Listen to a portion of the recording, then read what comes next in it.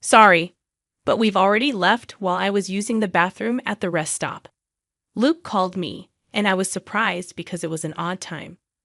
When I answered, I heard Luke and his family laughing loudly. I asked what was going on, and he told me something shocking.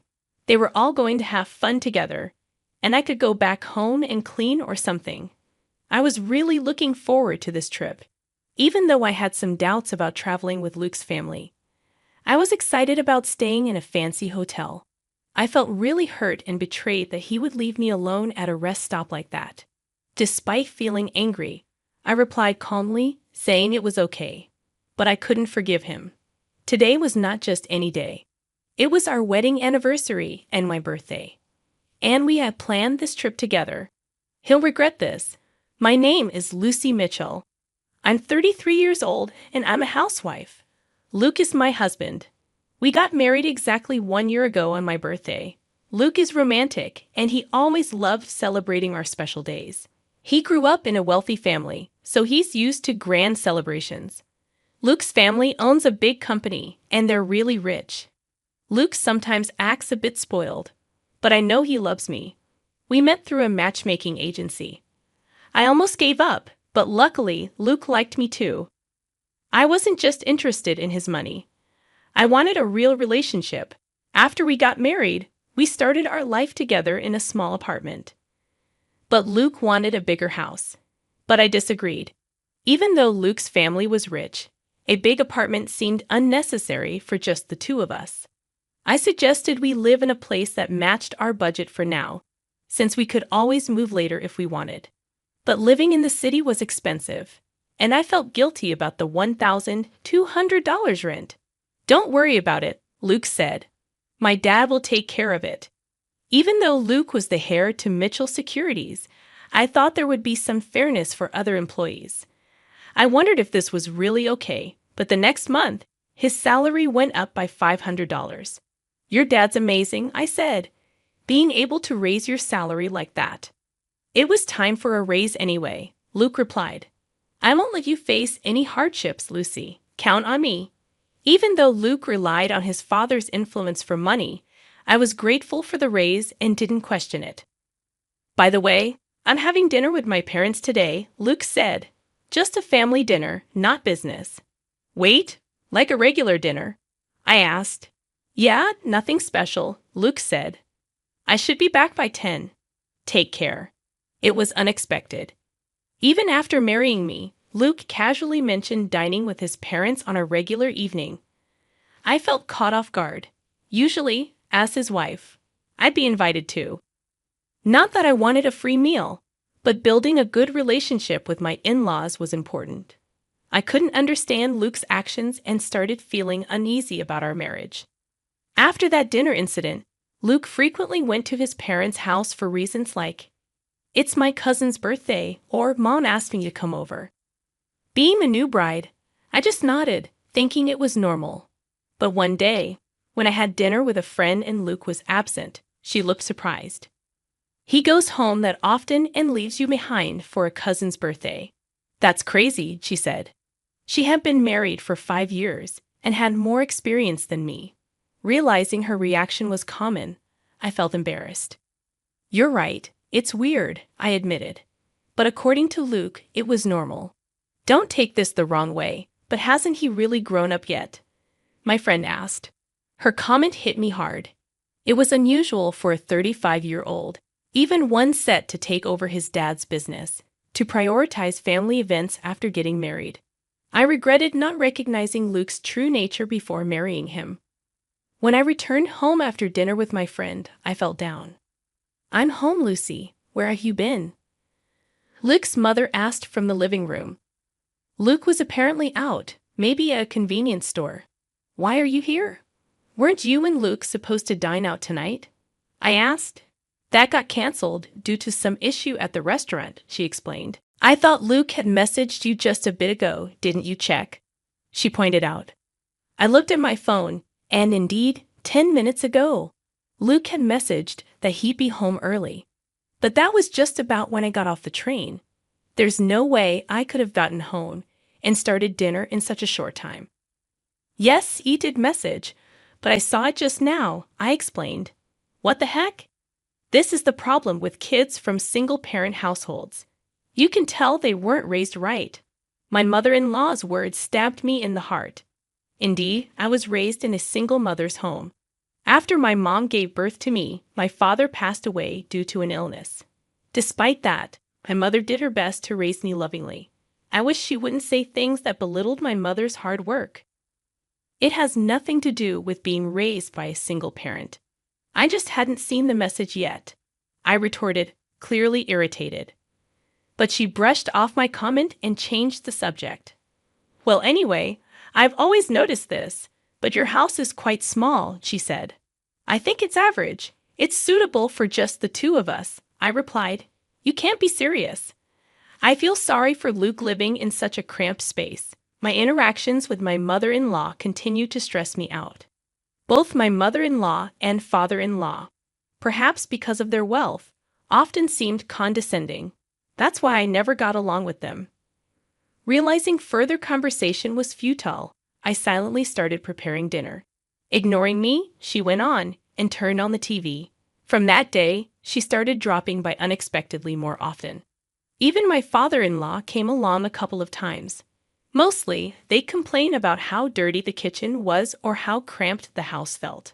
Eventually, they'd sarcastically suggest, "You know, we have a bigger house. Why not move in?" I absolutely didn't want that.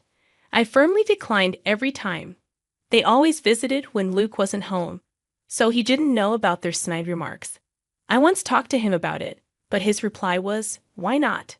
Why is living together a bad idea?" I was dismayed when he too suggested moving in. From then on, I realized there was no point in discussing it with Luke, and I endured on my own. Soon, we'll be celebrating our first wedding anniversary, which also happens to be my birthday. For your birthday this weekend, I'm thinking of celebrating more grandly than last year. After all, it's also our anniversary, Luke said as he came home tipsy from work. Seeing his flushed face, I couldn't be sure of his sincerity. Knowing his love for celebrations, I felt a hint of excitement. "Last year, you treated me to a delicious dinner, which was more than enough," I replied. "That's nothing compared to what I've planned. Let's go on a family trip," Luke said. A family trip. The term sounded odd for just the two of us. Noticing my confusion, Luke continued, "My parents, cousins, uncles, and all will join. We're heading to a luxury resort in Palm Springs." "All those people? And why Palm Springs?" I asked. "Got a problem with a family trip? Or is it Palm Springs you're not keen on?" Luke replied, "No, it's not that. Honestly, I couldn't understand why my birthday and our anniversary would involve his family. I couldn't understand Luke's thinking. He had nothing to do with either occasion. I've always known he's a bit out of touch with the general populace, but I hadn't expected this level of disparity. While the choice of Palm Springs puzzled me a bit, it wasn't a major issue. Sounds fun, right, Lucy? Sometimes you gotta let loose and enjoy, Luke said, grabbing my shoulders in his intoxicated state. I found myself nodding in agreement. For the next week, I couldn't get the trip out of my mind. At first, I was skeptical about going with his entire family, but as Luke said, it's a rare vacation and I should make the most of it. During the trip preparations, I noticed my growing excitement, and a genuine smile crept onto my face. I knew my in-laws would probably make snide remarks as usual, but I vowed to ignore them completely. Finally, the awaited Saturday arrived. Luke and I headed to his parents' house, our meeting point for the trip. "Well, Lucy, you're late, aren't you? Do you even realize you're the star today?" My mother-in-law was quick to throw shade in front of the assembled family, but it seemed she did realize that I was supposed to be the star, so it took the edge off her words a bit. "I'm sorry, there was traffic," I said, "but excuses won't do. We should leave soon. Otherwise, we'll be late to our luxury resort," she insisted. Despite their grumbling about our tardiness, it was tolerable. After all, they'd been making such remarks throughout the past year. Luke's cousin appeared much younger than him, looking to be in his early 20s, with a sinister look in his eyes. I began to wonder if everyone in this family was mean-spirited. My paranoia was somewhat justified when he made a belittling comment, but I decided not to react. I'm so excited. I've been to luxury resorts multiple times, but tonight's place costs $1,000 per person, my mother-in-law said, shocking me. Suddenly, I had a thought. No way could it be. I climbed into my in-law's car, and once my father-in-law hit the gas, the car swiftly started moving. From here to our Palm Springs destination would take about 2 hours. We decided to take a short break at the next rest stop. About an hour into our journey, I excused myself to the restroom. I'll be right back, I said. As I headed to the restroom, I felt the weight of everyone's eyes on me. Taking a deep breath inside the bathroom stall, I felt relieved that the trip had been relatively uneventful so far. Just as I was settling into that thought, my phone vibrated in my pocket. It was Luke's name on the display. Expecting him to ask me to pick something up, I casually answered the call. I'm still in the restroom, Luke, I said. With what sounded like amusement, Luke replied, sorry, but we've already left. Today's trip is just for the Mitchell family. It's a pity, but you'll have to stay behind. Goodbye. I was stunned, and laughter echoed from their side. What do you mean? I asked, but there was a moment of silence before Luke hung up. It was unbelievable. I had been eagerly anticipating this trip for a long time. Although the idea of Luke's family joining us was a bit worrying, the prospect of staying at a luxury hotel had me excited. But now, they had left me alone at the rest area. I was trembling inside the restroom stall, feeling utterly betrayed. Trying to hide my anger, I responded lightly with an okay. But this was unforgivable. Today was our wedding anniversary and my birthday, and they brought me on this trip. I'll make them regret this. After leaving the restroom, I called someone. The person on the other end was shocked and shared some astonishing news. I asked if it was true, and they confirmed. Then, they promised to come pick me up. Left alone at the rest area like this was unbearable. Praying for a timely rescue, an hour later, my uncle came to pick me up in his car. I'm so sorry to trouble you like this, I said. It's okay. It's quite an unfortunate situation, he replied. Yes, they're headed to a luxury hotel in Palm Springs, I explained. My uncle tilted his head in thought, seeming to realize something. I think that's the case, I replied. I'm really sorry, but can you please take me there? I'll take the train back. Got it. The drive there is nice anyway. My uncle gladly accepted my request to go to Palm Springs. About an hour later, we arrived in Palm Springs. Luke and the others had arrived ahead of us. In front of us was a luxurious inn with a grand gate. It was a well-known hotel.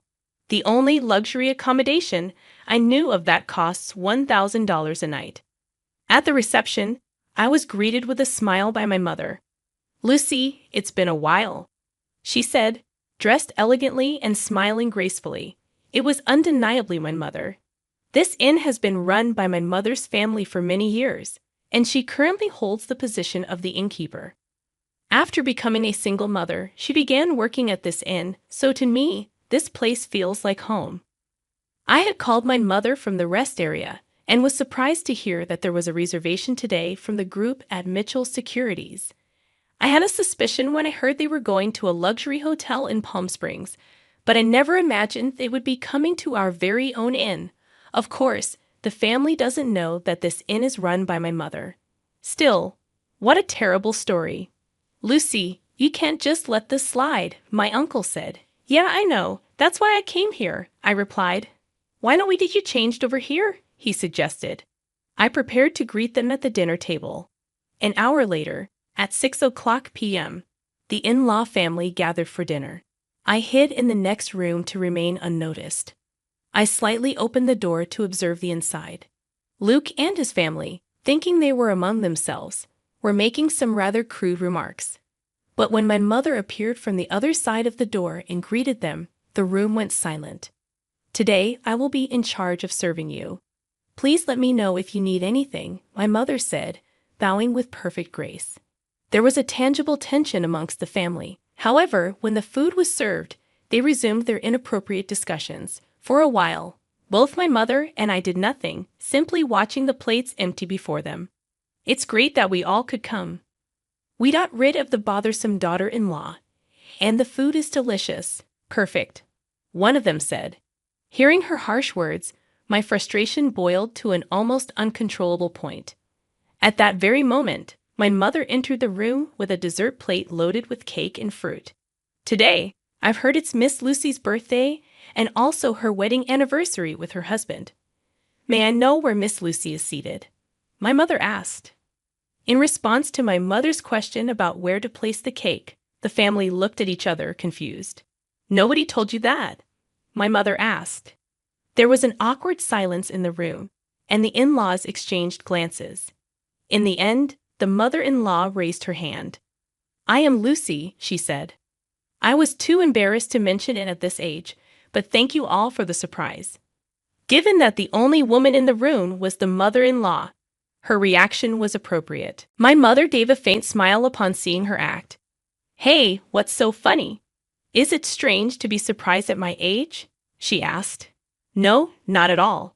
I wasn't thinking that, I reassured her. Then what? Just bring the cake already, the irate mother-in-law barked at her. My mother composed herself, and I swallowed hard. Lucy Mitchell is my daughter, my mother declared. Everyone present made a dumbfounded expression and raised their voices in shock.